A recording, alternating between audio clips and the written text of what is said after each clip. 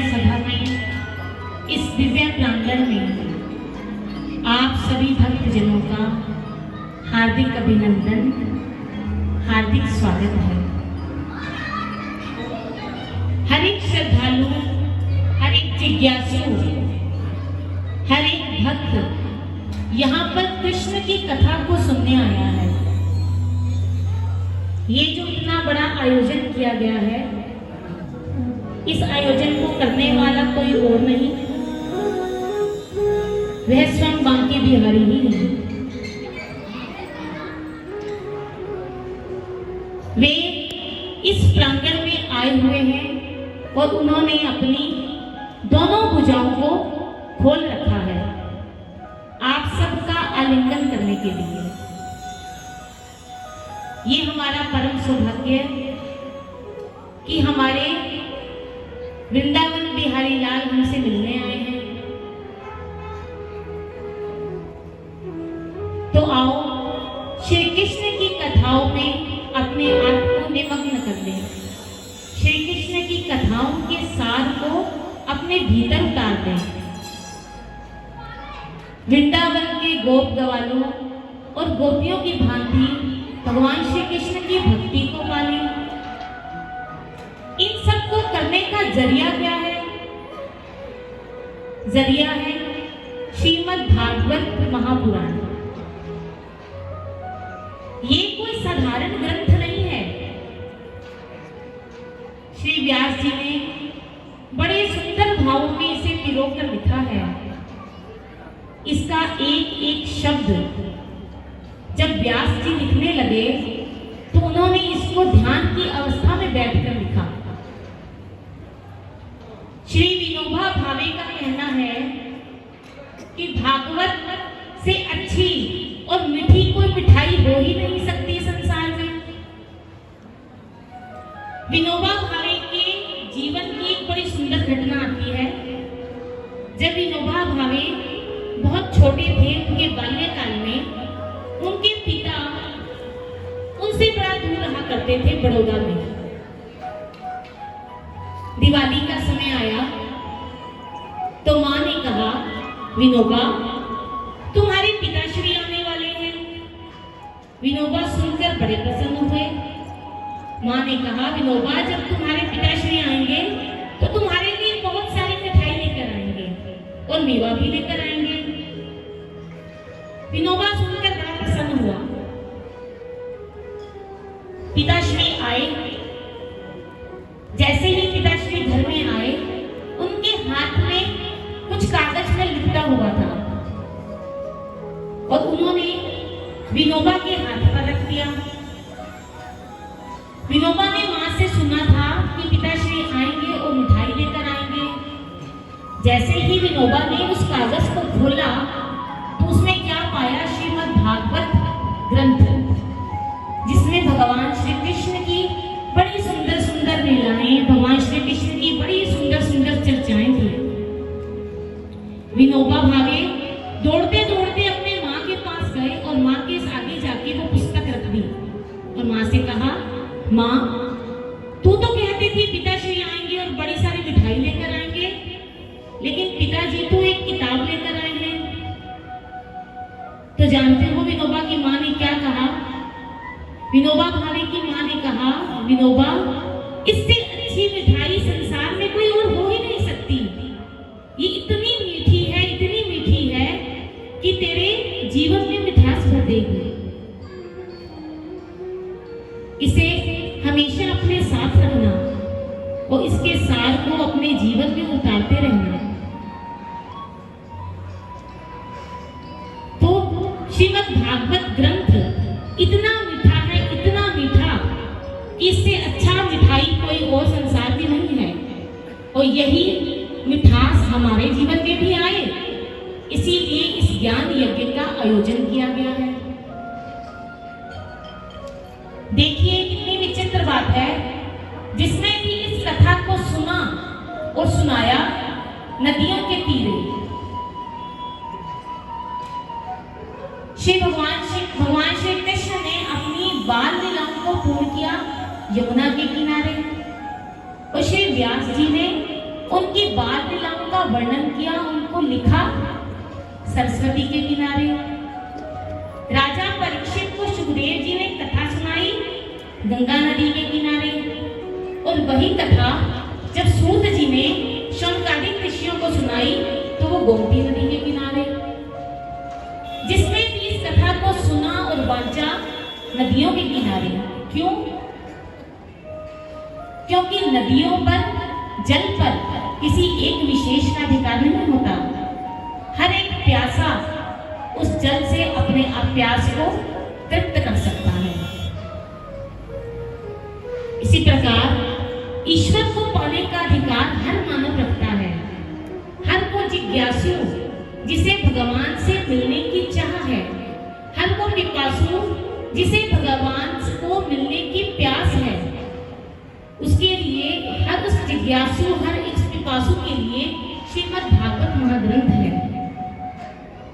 देखिए, जिस कथा को हम आज से सुनने जा रहे हैं, इस कथा को पाने के लिए तो देवता भी ललायत रहते थे।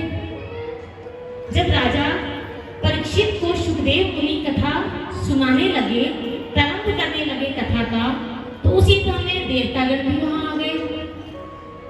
देवतागणों ने सुखदेव मुनि से कहा, हे मुनि, आप हमसे ये स्वर्ग का अमृत कलश ले लीजिए, ये राजा परीक्षित को पिला दीजिए, जिससे राजा परीक्षित अमर हो जाएगा। और आप ये जो कथा का गंगा अमृत पिलाने लगे हैं इसे, वो हमें पिला दीजिए। तो सुखदेव मुनि ने कहा, नहीं, तुम्हारे पास कल्याण के बहुत सारे साधन हैं, लेकिन धरती के जीवों पर कल्याण का कोई साधन नहीं है। इस कथा के सिवा और कोई साधन उनके पास कल्याण का नहीं है। इसीलिए ये अमृत, कथा अमृत मैं राजा परीक्षित को ही सुनाऊंगा। उसी समय ब्रह्मा जी को भी संशय हुआ। तो ब्रह्मा जी ने क्या किया, एक पलड़े पर, तराजू के एक पलड़े पर श्रीमद् भागवत ग्रंथ को रखा और दूसरे पलड़े पर सारे वेद उपनिषद ग्रंथ रख दिए। लेकिन श्रीमद् भागवत महापुराण ग्रंथ का पलड़ा फिर भी भारी ही रहा। तो ये महिमा है श्रीमद् भागवत कथा की। कई लोग कहते हैं कि भाई जी इतनी बार तो कथा सुन ली। कई लोग ऐसा कहते हैं कि मैंने 20 बार श्रीमद् भागवत कथा सुनी है, कई कहते हैं मैंने 22 बार सुनी है। अब क्या रहा बाकी, सब कुछ तो सुन लिया। देखिए, कोई चित्रहार, कोई मूवी, कोई सीरियल जब पुराना हो जाता है तो उसकी गिनती पुरानों में आने लग जाती है कि वह बहुत पुराना हो गया है। रेडियो पर सुबह सुबह ट्रांजिस्टर पर एक प्रोग्राम आता है, भूले बिसरे गीत, जिसमें वो पुरानी फिल्मों के, पुरानी मूवीज के गाने सुनाया करते हैं। तो उनकी गिनती पुरानों में हो गई कि वो पुरानी फिल्मों के गाने हैं, तो वो भूले बिसरे गीत हैं। मैं आपसे पूछती हूँ, क्या आपने कभी भूली बिसरी रामायण सुनी? आपने कभी भूली बिसरी गीता सुनी या भूली बिसरी भागवत सुनी? नहीं। जरा मन में सोचिए, भगवान श्री रामचंद्र कितने करोड़ों वर्ष पहले इस धरा पर आए, लेकिन आज भी कोई नगर, कोई शहर, कोई गांव ऐसा नहीं जहां रामलीला ना मनाई जाती हो, जहां कृष्ण लीला ना मनाई जाती हो, जहां जन्माष्टमी ना मनाई जाती हो। इसलिए भक्ति और अध्यात्म कभी भी बूढ़े नहीं होते, हमेशा जवान रहते हैं। ये रोज नित नहीं है, जवान है। भगवत संबंधी कार्य जैसे भोजन और भजन में केवल एक मात्रा का ही तो अंतर है। भोजन की मात्रा निश्चित होती है, लेकिन भजन की मात्रा निश्चित नहीं होती। जितना अधिक हम कथा को श्रवण करेंगे, जितना अधिक भजन करेंगे, भक्ति करेंगे, उतना ही हम सबको फल भी प्राप्त होगा। लेकिन कई लोग बार बार ये प्रश्न करते हैं, बड़ी बार भागवत सुन ली। तो मैं तो ये कहूंगी बड़ी बार भागवत हो चुकी है। मैं तो स्वामी जी से यही प्रार्थना करूंगी, जब तक आपकी और हमारी जिंदगी रहे, वर्षों पर वर्ष बीतते चले जाएं और आप और हम इसी तरह श्रीमद् भागवत कथा का श्रवण करते रहें। और श्रीमद् स्वामी जी महाराज जी से उनके चरणों में बैठकर भक्ति और सेवा का दान मांगते रहे। कभी तो दीन दयाल के भनक पड़ेगी कान, कभी तो वो मेरी भी पुकार सुनेगा, आप सबकी भी पुकार सुनेगा और हम सब की झोली में ध्रुव, प्रहलाद, मीरा, शबरी जैसी भक्ति भी भर देगा। इसीलिए आप सबसे एक ही प्रार्थना हाथ जोड़कर करती हूँ, कभी भी शुभ कर्मों की गिनती मत कीजिएगा कि मैंने इतनी बार भागवत सुनी, इतनी बार रामायण सुनी, मैं इतनी माला रोज करता हूँ, मुझे इतने साल हो गए कुटिया पर रोज आते हुए, मेरा कभी नियम नहीं टूटा, इतने वर्ष हो गए शंकर जी पर जल चढ़ाते हुए, इतने वर्ष हो गए व्रत रखते हुए। शुभ कर्मों की गिनती कभी मत कीजिएगा, क्योंकि भौतिक मार्ग पर, अध्यात्म मार्ग पर असंतुष्टि और भौतिक पथ पर संतुष्टि ही व्यक्ति को ऊपर लेकर जाती है। इसलिए कभी भी शुभ कर्मों की, सत्कर्मों की गिनती मत करना। एक बाबा एक बार पेड़ के नीचे बैठे माला कर रहे थे, तो उन्होंने क्या किया, एक हाथ से वो माला कर रहे थे और दूसरे हाथ से उन्होंने कुछ मोती रखे हुए थे गिनने के लिए। एक माला करते, एक मोती रख देते उठाकर, दूसरी माला करते तो दूसरा मोती उठाकर रख देते। ऐसे करते करते वो माला कर रहे थे और जितनी माला होती जा रही थी मोती रखते जा रहे थे। अचानक उन्होंने क्या देखा कि एक महिला सिर पर मटके रखकर दूध बेच रही है। कोई ग्राहक उसके पास आता और वो नाप के अपने डिब्बे में से दूध लेकर उसके पात्र में, उसके बर्तन में दूध डाल देती। 1 किलो दूध के इतने पैसे, 2 किलो दूध के इतने पैसे, और उससे पैसे भी ले लेती। बाबा जी ये दृश्य बड़ी देर से देख रहे थे। उसके पास ग्राहक आ रहे थे, खरीदार आ रहे थे, सबको दूध देती जा रही थी और पैसे उनसे लेती जा रही थी और दूध भी नाप के दे रही थी। अचानक क्या हुआ, एक व्यक्ति आया, एक आदमी आया। उस महिला ने उस आदमी के पात्र में बिना नापे बहुत सारा दूध दे दिया और पैसे भी उससे नहीं लिए, दूध भी ज्यादा दिया और उससे मूल्य भी नहीं लिया। बाबा जी ये देखकर बड़े आश्चर्यचकित हुए। उन्होंने उस महिला को बुलाया और पूछा, तुम ऐसा क्यों कर रही हो? उसने कहा, क्या बाबा आप क्या कह रही हैं, मैं समझी नहीं। उन्होंने कहा कि अभी तक जितने भी लोग मेरे पास दूध लेने आए तो सबको नाप कर दूध दे रही थी और किसी से पैसे भी, सबसे पैसे भी ले रही थी, लेकिन अभी अभी जो व्यक्ति आया तूने उससे पैसे भी नहीं लिए और बिना नापे बहुत सारा दूध भी दे दिया। तूने ऐसा क्यों किया? तो जानते हो उसने क्या कहा?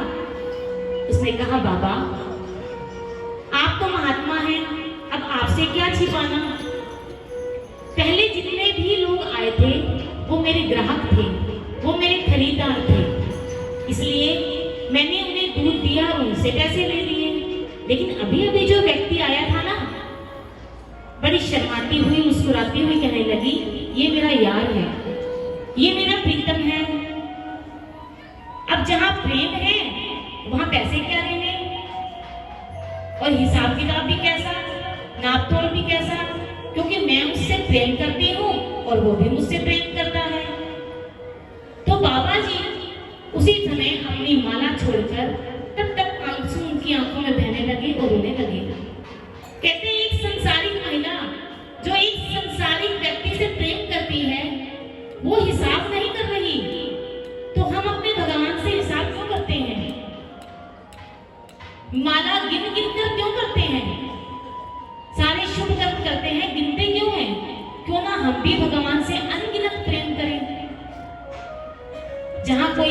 तोड़, हिसाब किताब, कोई व्यापार ना हो भगवान से। हम भी भगवान से ऐसा ही प्रेम करें। एक व्यक्ति कहता है, करता तो हूं गुनाह सबे रोज अनगिनत, गिन गिन कर नाम लेता हूं परवरदिगार के। हम रोज अनगिनत गुनाह करते हैं, अवगुणों से भरे हुए हैं, लेकिन कभी भी उसका पश्चाताप नहीं करते हैं गुनाहों का, और उसका सारा भार भगवान पर डाल देते हैं कि भगवान ने हमसे कराया। और जो थोड़ा बहुत पाठ पूजा करते हैं, जो सत्कर्म करते हैं, शुभ कर्म करते हैं, उसका सारा श्रेय हम अपने आप को देते हैं। इसलिए कभी भी शुभ कर्मों की, सत्कर्मों की गिनती नहीं करनी। हमेशा भगवान से प्रेम करना है, और प्रेम में तो कोई हिसाब किताब होता ही नहीं। इसलिए प्रभु से प्रेम करते जाओ, और उनकी पूजा, सिमरन, भक्ति में किसी तरह की कोई गिनती मत रखो।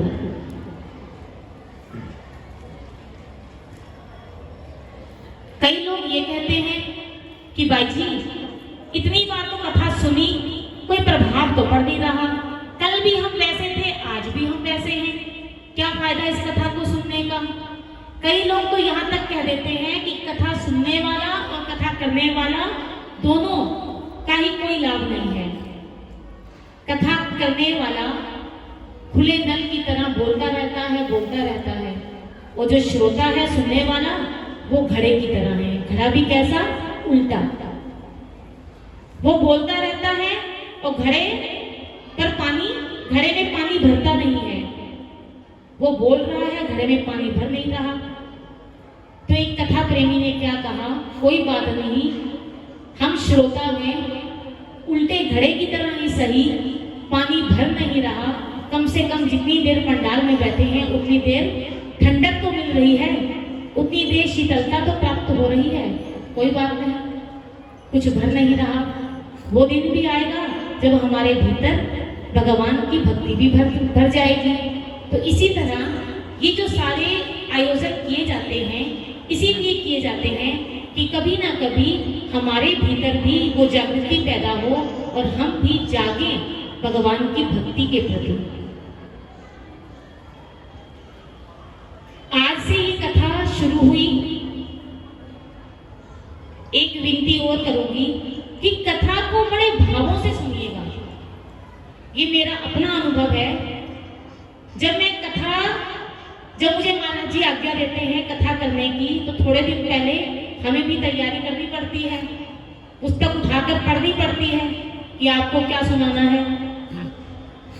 जिन दिनों में कथा पढ़ती हूँ, ये मेरा अपना अनुभव है, आप भी इसे प्रयास करके देखिएगा। जितनी दिनों में मैं कथा पढ़ती हूँ, मुझे ऐसा लगता है कि भगवान मेरे साथ हैं और मैं भगवान के साथ हूँ। और जिस दिन आखिरी दिन आता है कथा का, जिस दिन भगवान श्री कृष्ण इस लीला को संपूर्ण कर अपने गोलोक धाम चले जाते हैं, मुझे ऐसा लगता है कि मेरे अंदर से कुछ निकल गया, कुछ चला गया मेरे भीतर से, किसी ने कुछ खींच लिया मुझसे। उन 15-20 दिनों में मैं बिल्कुल ऐसा लगता है कि भगवान मेरे साथ और मैं भगवान के साथ, तीसरा कोई नहीं हमारे साथ। इतना डूब जाती हूँ। तो मैं आप सबसे भी यही प्रार्थना करूंगी, 7 दिन जब आप कथा सुने तो पूरे भावों में डूबकर कथा को सुनिएगा। जैसा जैसा प्रसंग आए, आप वैसा वैसे ही अपने अंदर फीलिंग्स लेकर आना कि मैं भी भगवान के साथ ही हूँ, क्योंकि भावों की तो महत्ता है। एक संत रामदास जी कहते हैं, नफा वस्तु में होए नहीं, नफा भाव में होए। भाव बिना ए रामदास बैठा पूंजी खोए। व्यापार भी भाव से चलता है और भक्ति भी भाव से ही चलती है। एक सुनार की दुकान पर सोना पड़ा है, उसे सुख नहीं दे रहा, लेकिन जब सोने की कीमत बढ़ती है तो वो मालो माल हो जाता है। ऐसे ही हमारे भीतर भी जब भाव बढ़ेंगे तो हम भी मालो माल हो जाएंगे प्रभु की भक्ति से, प्रभु के प्रेम से। इसलिए अपने भावों में कमी मत आने देना। शुद्ध भाव से, विशुद्ध प्रेम से इस कथा को श्रवण करना, और घर जाकर चिंतन भी करना, मनन भी करना कि क्या सुनाया गया कथा में और मुझे उस पर अमल भी करना है। चलते हैं कथा की ओर, कथा के महत्व